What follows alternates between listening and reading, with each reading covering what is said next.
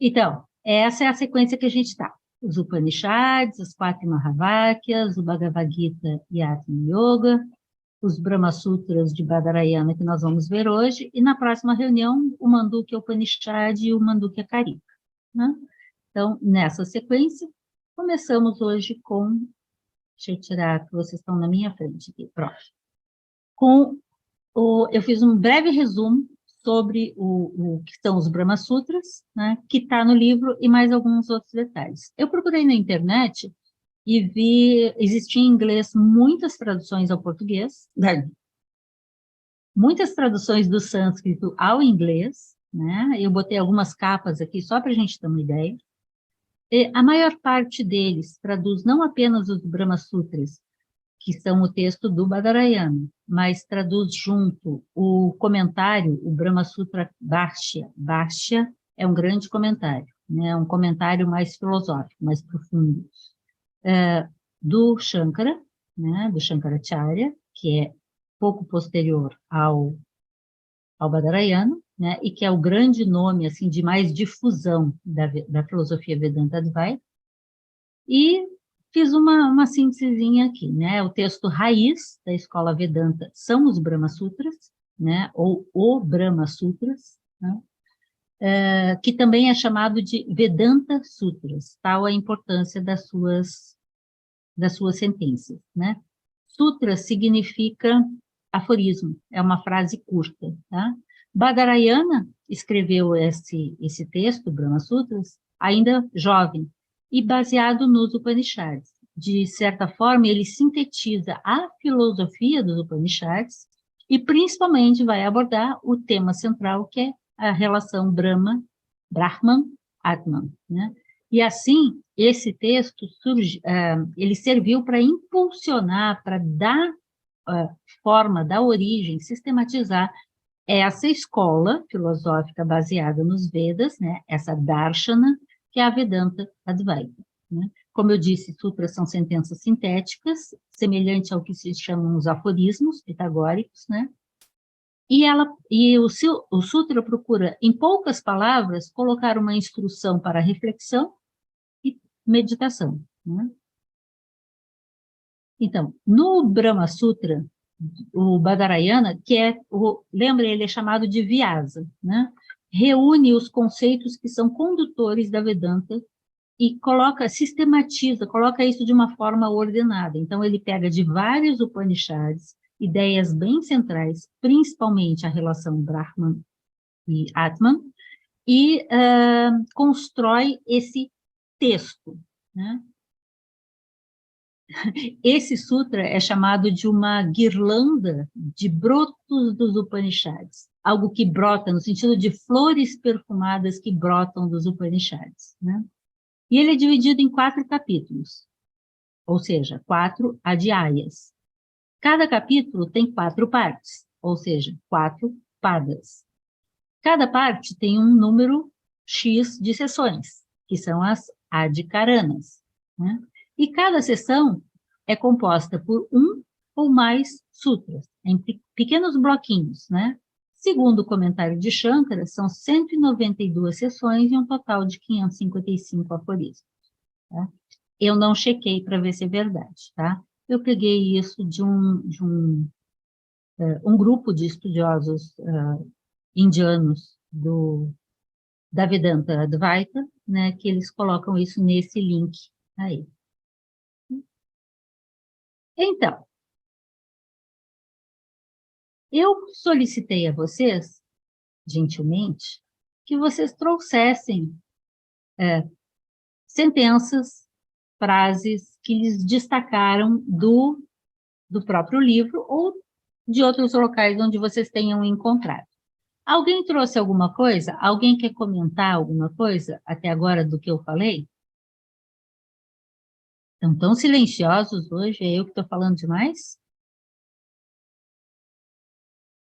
Porque eu selecionei algumas passagens, mas eu quero abrir espaço para vocês falarem também.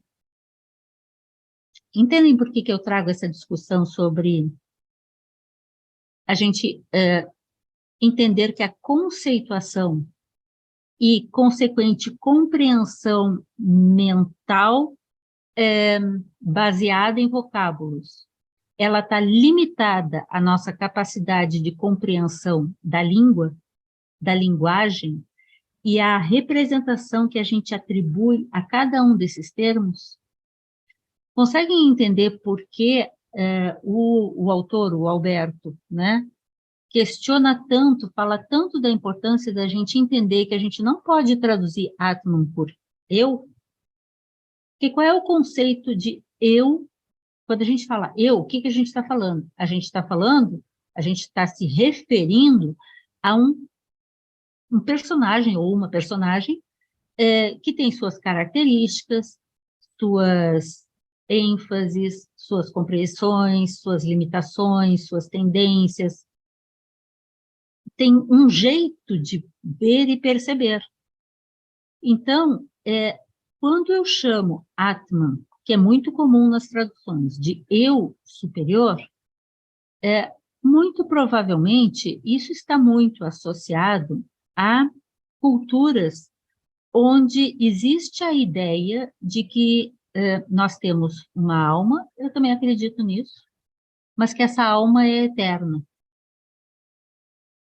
E este é o problema. Porque para a tradição Vedanta Advaita, não é que você não tenha um sentido de individualidade. Mas essa sua individualidade, ela é dependente de um conjunto grande de fatores que faz com que esse conjunto de características que a ti são atribuídas te caracterizem como este eu. E aí volto àqueles conceitos que eu botei. Sanskaras, skandhas, experiências, formas de aprendizado, pramanas, ambiente sociocultural, capacidade de aprendizado, línguas.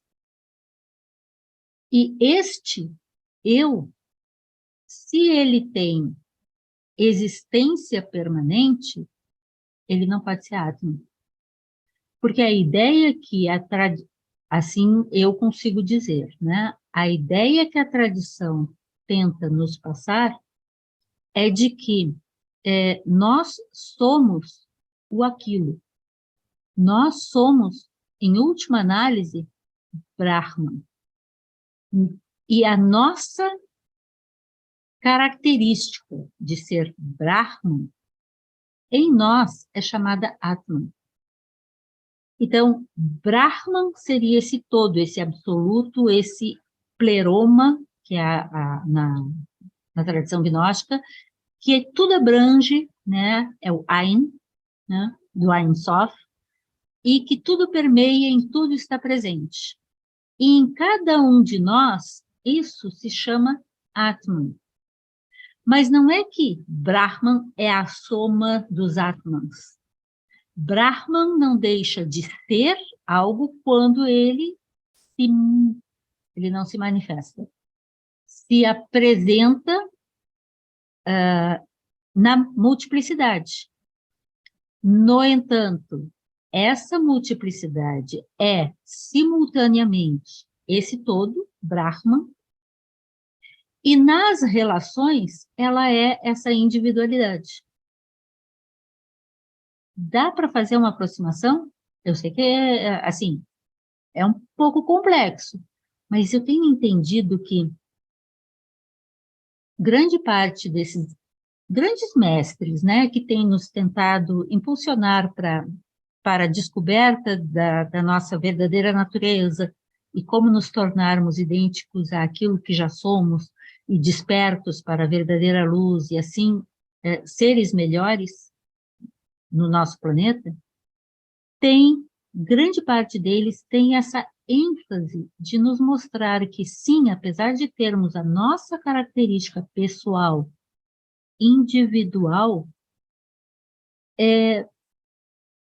isso é apenas uma manifestação do aqui e agora, que neste momento é chamado de eu, no caso Jane. Eu, Jane, aqui e agora sou isso. mas eu nunca deixei de ser e nunca deixarei de ser Atman, que não é eu, é aquilo, é aquela parcela de Brahman que em mim está e que me une e me faz irmã, parceira, companheira e presente também em todos os seres. E daí aquilo que eu comentei agora na meditação, da questão da nossa responsabilidade em relação a isso. Antes de passar a palavra para a Yara, tem uma imagem que eu gosto muito dela, porque eu acho que ela para mim, ajuda a tentar entender esse conceito melhor. Como se cada um de nós fôssemos uma tinta, uma cor. Então, a gota, vamos dizer que eu seja cor-de-rosa, pronto, né? A gota cor-de-rosa que eu sou, tonaliza a água do oceano. O quanto ela tonaliza depende da intensidade da minha cor, e essa intensidade está diretamente relacionada ao quanto de vida real, né? Ao quanto de Brahman, ao quanto do tal se expressa e se manifesta por meio do meu ser, e, de certa forma, o quanto eu sou... Não, tá vendo? Eu não gosto de dizer o quanto eu sou grande, não, porque aí não é o eu que é grande, mas é o quanto de intensidade tem este ser, que nesse momento sou eu, nesse todo. Se o meu tom vibratório, essa minha cor, é antagônica ao tom vibratório do próprio Brahman, eu serei expurgada. Eu não consigo entrar no fluxo. Eu gosto muito da imagem do tal, né? Que eu não sei como é que chama aquele desenho, né? Que acho que aquilo é chamado de tal, né? Mas que é você estar sempre no movimento, fluindo com o movimento. E a gente viu isso há umas 3 reuniões atrás, de você deixar perceber o fluxo te conduzindo. Aliás, uma recomendação, e aí eu passo para a Yara. Nesse livro que recentemente a gente produziu, do Bardesanes, lá naquele capítulo final sobre as leis das nações, né, o Bardesanes aborda essa questão de como esse todo se expressa em nós e como a gente interfere nesse todo. Porque isso tem tudo a ver com a nossa presença aqui. E quanto a gente entra no fluxo da natureza, não atrapalhando a natureza, e o quanto a gente é capaz de, pelos nossos atos, os nossos karmas, de uma forma geral, como o Bhagavad Gita muito bem o apresenta, karma da ação, karma da fala, karma de Nana, né, karma chamado de karma mental, o karma Bhakti Yoga, né, chamado de devocional, que é essa união, né, com esse todo, o quanto isso em nós é intenso e permite contribuir ou atrapalhar a natureza no seu fluxo, no fluxo desse rio. Estou falando demais. Yara. Oi, eu queria só fazer. Você pediu para a gente separar, né, uma ou duas passagens para a gente trazer e refletir juntos. E eu confesso que eu tive dificuldade, porque eu já tinha lido o livro, já tinha sublinhado algumas coisas, e agora, com esse dever de casa, eu acabei sublinhando quase que tudo. Então, eu acho assim que esses aforismas, né, tem esse objetivo de levar a gente para meditar, porque cada vez que você lê uma frase, você não quer, assim, tentar explicar, Discutir. Não é discutir, discutir. você quer parar e refletir, assim, num outro nível mental. É muito interessante essa experiência. Então, eu tive dificuldade de selecionar uma ou outra, acabei achei muitas interessantes e outras, muitas outras também, eu realmente não entendi. Eu fiquei pensando, refletindo, mas não saberia explicar, e também vou trazer aqui para vocês me ajudarem a entender. Mas uma que eu achei muito interessante, que são duas, na verdade, que estão relacionadas, porque eles se contradizem, e aí que tá o bacana. Na página 64, ele está citando um mantra, né, que está nos Brahmanas, que fala: Brahman é verdade, conhecimento e infinitude. E aí, na página 65, vai dizer: Brahman não tem características. Então, numa hora, né? Eu marquei essas também. Eu acho muito legal. E aí, como o título do livro é Atma Yoga, né, que é essa, vamos dizer, essa alquimia para a gente tentar reconhecer, se contatar, enfim, com o Atman, né? Então, é um caminho, yoga significa união, né? Religação. Então, seria a gente se religar com essa instância, né? Com esse estado, né? De Atman, né? Esse estado luminoso. E tem um que fala que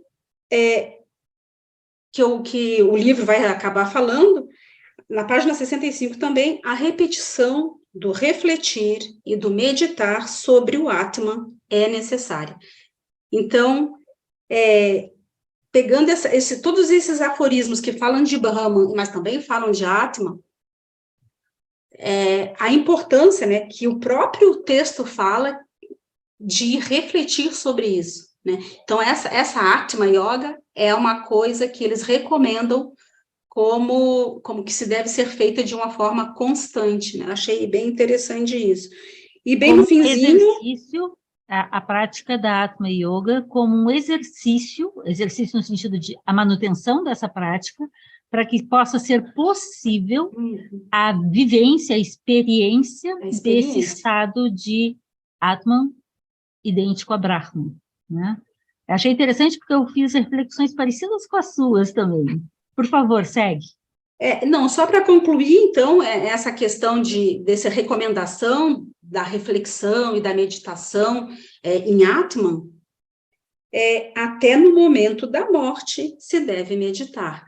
Então, me lembrei, né, de algumas práticas budistas que fazem treinamentos em vida para o momento da morte, porque a gente, às vezes, né, no Ocidente, a gente evita de falar nesse tema, mas é um tema é um assunto que a gente vai ter que enfrentar em algum momento.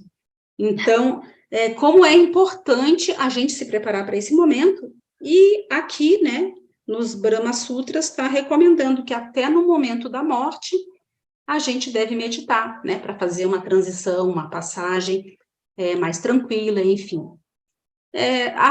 São essas as minhas Achei muito observações. bom. E a Quem quer minha comentar? dúvida... Não, eu queria que eu só queria trazer onde é que está aqui a minha dúvida, que eu não entendi. Tem uma aqui que eu não entendi, mas agora não está aqui à mão. Eu realmente não entendi. Depois eu trago, então eu quero ouvir os outros. Eu achei interessante que você destacou, eu não estou achando ela aqui agora, mas que Brahman é, ao mesmo tempo, aquelas 3 palavrinhas que ele coloca aqui. Verdade, conhecimento e infinitude.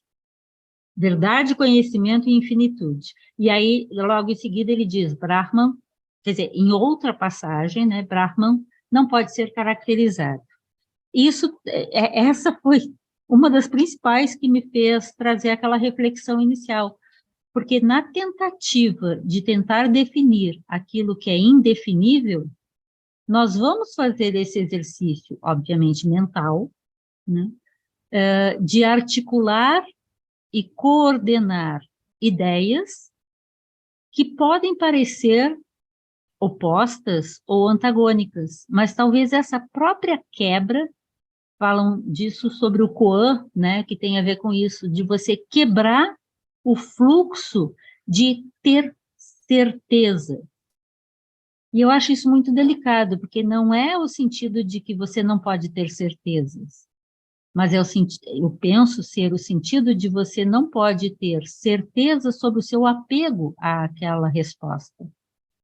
A gente vive na nossa sociedade a vida toda buscando respostas para se sentir confortável, né? E muitas dessas tradições, eu acho que o que fazem é puxar o tapete e dizer, não fique tão confortável acreditando que Jesus virá para nos salvar, eu não preciso fazer nada. Desculpa, mas eu vou te dizer que eu acho que não é assim, não, né? Buda disse, e aí eu digo para vocês que ele disse, mas não acredite em nada do que eu disse, tem que você o tenha experimentado e comprove que isso é assim. E assim cada um dos mestres fala dessa forma. Não existe uma verdade colocada em palavras que seja absoluta, mas existem organizações dessas palavras que são utilizadas, espera-se que de modo sábio, no sentido de tentar ajudar que a nossa alma se aproxime desse estado, e tem uma bem bacana aqui que ele fala sobre a união entre o nosso eu e a condição de Atma, que eu achei bem bacana de discutir, que possa fazer essa aproximação e levar-nos mais próximo daquilo que seria a vivência real desse todo, desse tal, desse pleroma, desse absoluto, desse Ein Sof, né? Que cada tradição vai trazer com um nome diferente, né? Eu achei muito bacana, eu marquei essas também, Yara. Mais alguém traz mais alguma coisa? Alguém quer ajudar a Yara? Alguém quer explicar para a Yara? A Yara não conseguiu entender. Eu também não, Yara. Se serve de consolo, estou tentando.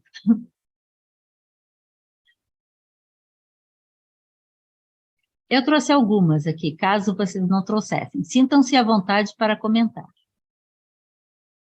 Brahman, a sequência que eu botei está na ordem do que aparece, tá? Então, essa aqui está na página 64. Está na página 64.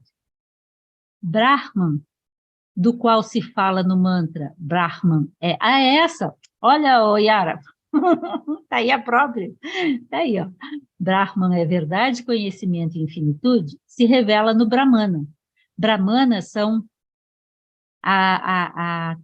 são partes, a gente já tinha comentado isso, né? São parte dos Vedas que explicam as sentenças que são usadas para reflexão, que são aqueles hinos, aquelas sentenças isoladas para reflexão, que são os chamados Samhitas, né? Então, tem os Brahmanas, que explicam o conteúdo dos Samhitas, né? Então, nos Brahmanas, Brahman é tentado ser explicado. E por isso, nos Brahmanas, Brahman, entre aspas, é verdade, é conhecimento e é infinitude, porque ele não é limitado, porque ele é aquilo que é e porque ele explica todas as coisas. E isso é explicitado nos Brahmanas, né? E aí vai ter outra frase logo em seguida que vai dizer, então, Brahman é o ser supremo. Ora, Yara, se lá na frente o texto diz que Brahman não pode ser explicado, como assim Brahman é o ser supremo e não há outro? Porque é a nossa tentativa de, a partir das nossas vivências neste mundo do samsara, neste mundo da multiplicidade, neste mundo das relações, de tentar dizer aquilo que para nossa mente mais se aproxima daquilo que, supostamente, seria Brahman. O indivisível é Brahman. O imutável é Brahman. Nada há além de Allah. Lah ilaha. Allah, que é o mantra da tradição muçulmana, né? Lah ilaha. Allah significa nada há além de Allah.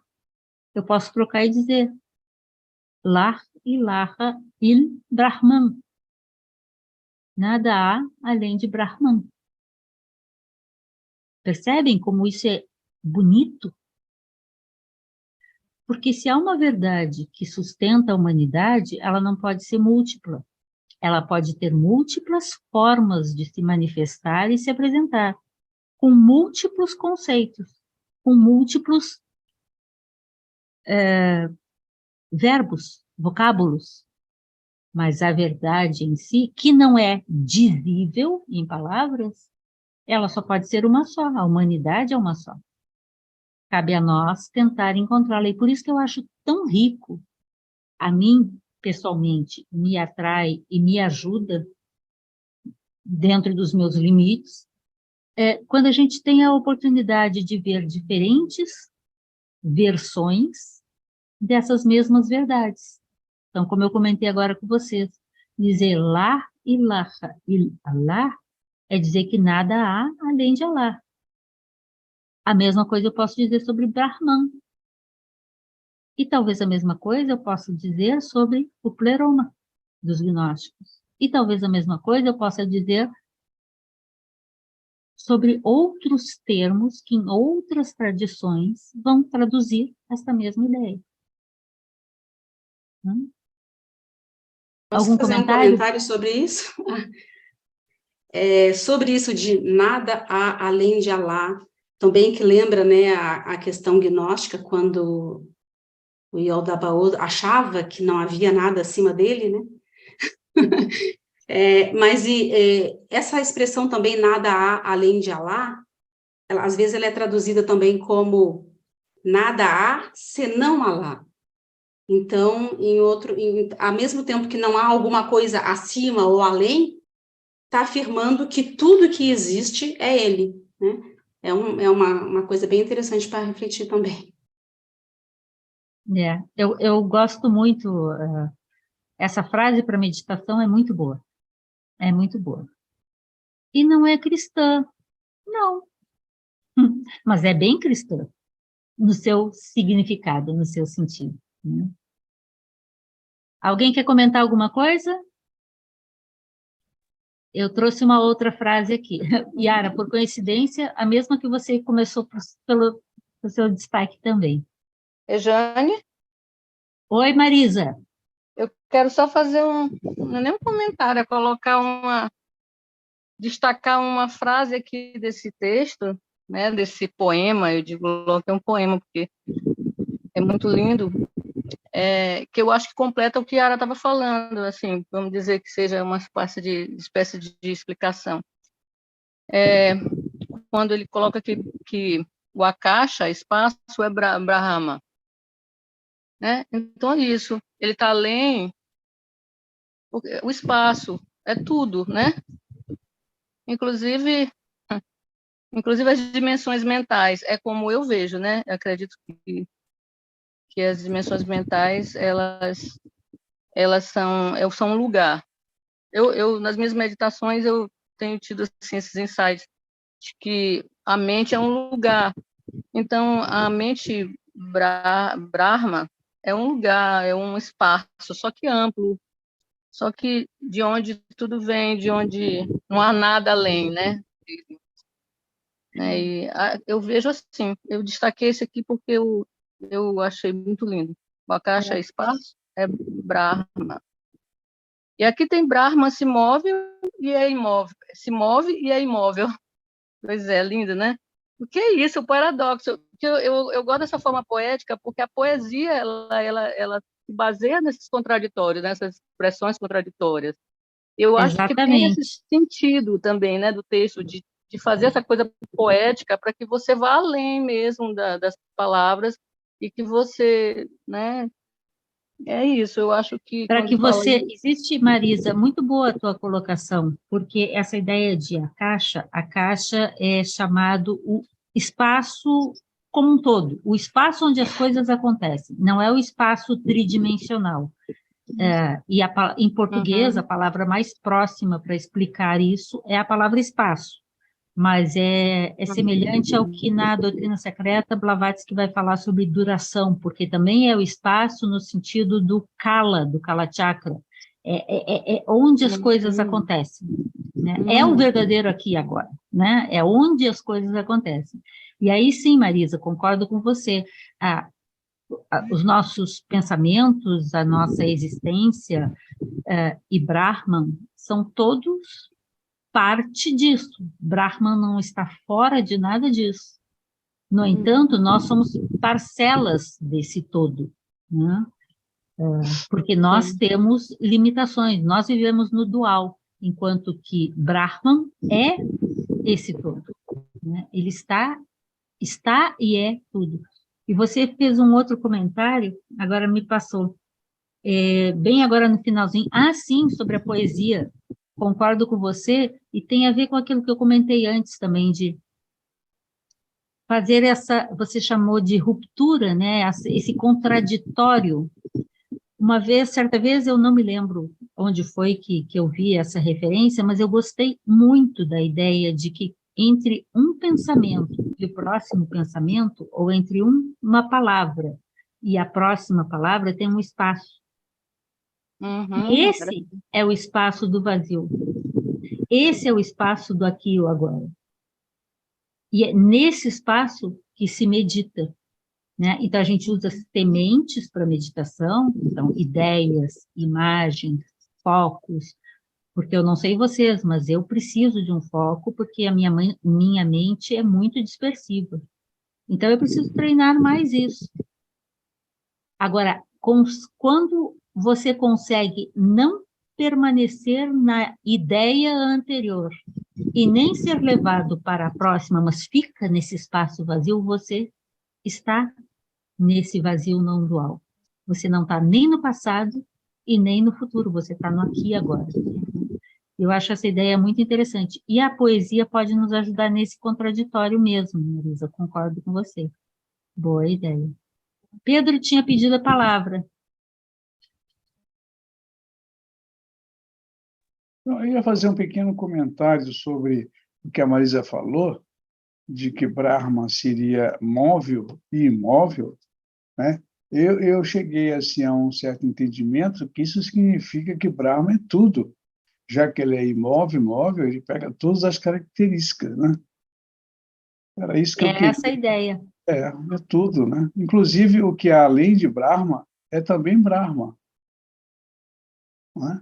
Então, é tudo, não tem como. A ideia é tentar chegar nisso, exatamente. Eu estava fazendo uma reflexão de como eu poderia expressar Brahma e Atma, né? E me veio assim uma ideia muito simplória, muito simples, de como é que eu poderia explicar essa situação. Então, eu imaginei assim um grande caldeirão, com uma grande sopa de legumes, né? E que fosse feita nesse caldeirão uma grande sopa. E que existisse só esse caldeirão. E, de repente, alguém chegasse lá e pegasse um prato e tirasse um pedaço dessa sopa.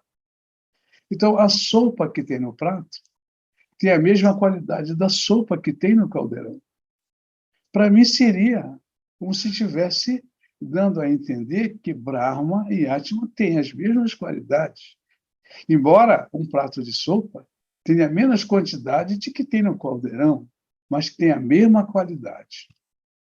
Pensando Gostei. aqui, cheguei assim, a essa conclusão. Simplória, mas gostei da analogia, Pedro. Gostei da analogia. E me veio à mente um detalhe. E lembra que o prato de sopa, da mesma sopa do caldeirão, ele é mais frio do que o caldeirão. Ela esfria em relação àquele todo. E ela volta à sua verdadeira natureza se ela volta para aquele caldeirão. Exatamente, é verdade, porque o caldeirão está lá fervendo, fazendo a sopa. Muito bom, gostei da analogia. Vou passar mais uma aqui. Diz os Brahma Sutras. Porque, lembrem, os Brahma Sutras foram escritos a partir de ensinamentos selecionados presentes nos Upanishads, né?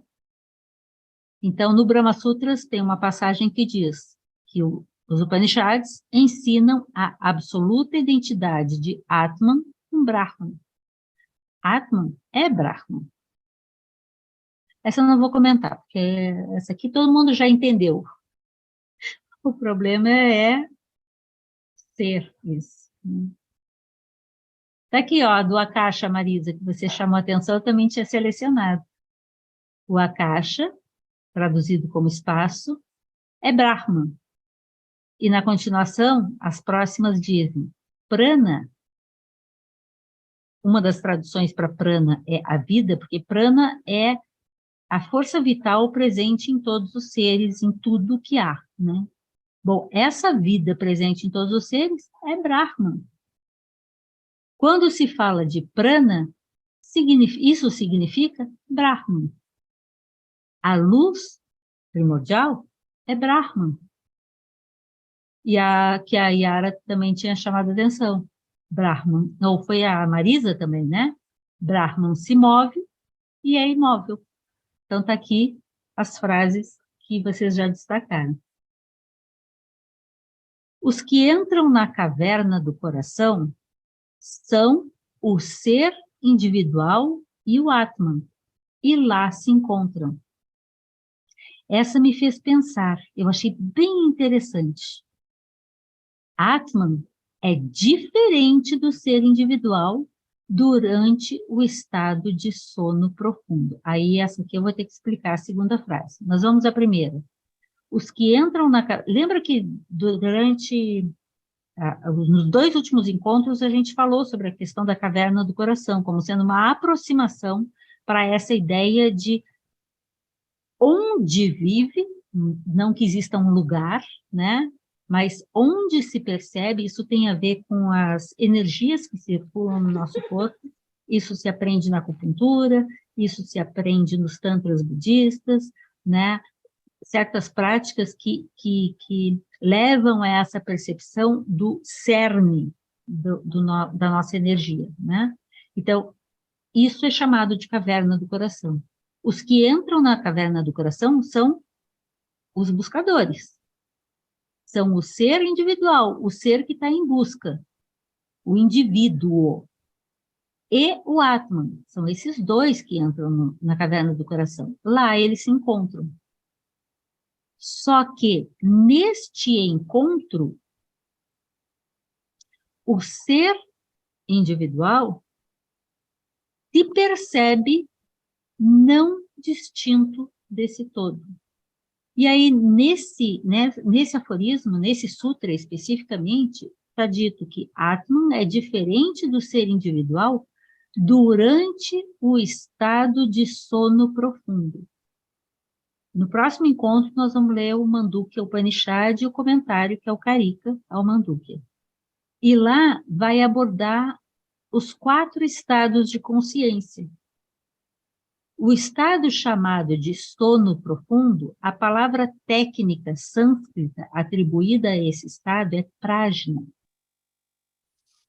E para quem lembra, prajna tem o sentido de profunda sabedoria que nos capacita a percepção do vazio do eu e do vazio das coisas, do vazio do númeno, do vazio dos fenômenos e da inter-relação e interdependência entre todos esses para que a gente possa dizer daquilo ou daquilo outro como sendo algo. Esse é o sentido de vazio, não que as coisas não existem. As coisas e os seres existem, mas eles são dependentes de algo que se contraponha a eles, que possa dar a cada um sentido de ser algo, né? Então, segundo Mandukya, que nós vamos ver no próximo encontro, 4 estados de consciência. E o terceiro, o quase mais elevado de todos, vocês já imaginam qual é o quarto estado, o mais elevado de todos, chama Turiya, em sânscrito.